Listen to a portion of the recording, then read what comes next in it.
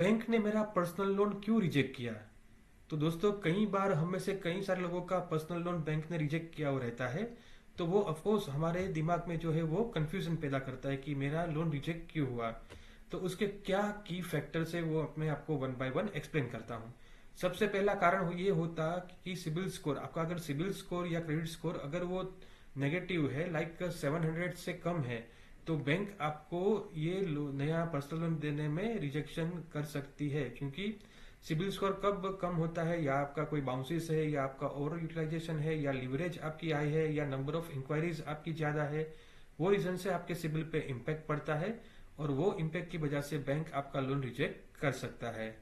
दूसरा कारण है आपका इनकम प्रूफ और स्टेबिलिटी।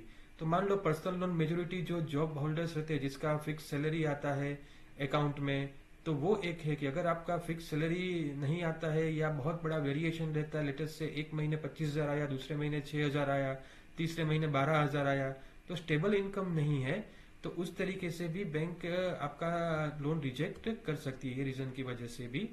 या मान लो आपके पास कोई फिक्स इनकम, जैसे कि आप बोल रहे हो कि बिजनेस में से कोई इनकम है, उसको भी पर्सनल लोन मिल सकता है, लेकिन उसमें भी आपका मान लो बहुत प्लस और माइनस हर मंथ में रहता है, तो वो रीजन की वजह से भी आपका ये लोन रिजेक्ट हो सकता है। फिर तीसरा है, जैसे कारण मैंने बताया, कि लोन या क्रेडिट कार्ड हिस्ट्री में डिलेज या डिफॉल्ट्स। मान लो आपने कुछ प्रीवियस लोन में कोई डिले किया है, या टाइमली नहीं भरा है, या पूरा लोन ही आपने रिटर्न ऑफ करवा दिया है, या आप एज अ डिफॉल्टर हो, तो वो रीजन की वजह से भी बैंक आपका पर्सनल लोन रिजेक्ट कर सकती है। चौथा कारण, जैसे मैंने बताया, ओवर लीवरेजिंग। ओवर लीवरेजिंग का मतलब कि आपका क्रेडिट कार्ड का यूटिलाइजेशन रेशियो बहुत ज्यादा है।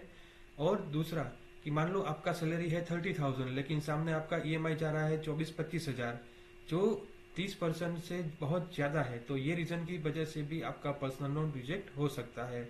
कई बार क्या होता है कि डॉक्यूमेंटेशन हम जब फिल करते हैं तब आपका एप्लीकेशन फॉर्म में कुछ आपने गलत लिख दिया, या कुछ और टेक्निकल एरर आई, तो वो रीजन की वजह से भी आपका लोन रिजेक्ट हो सकता है।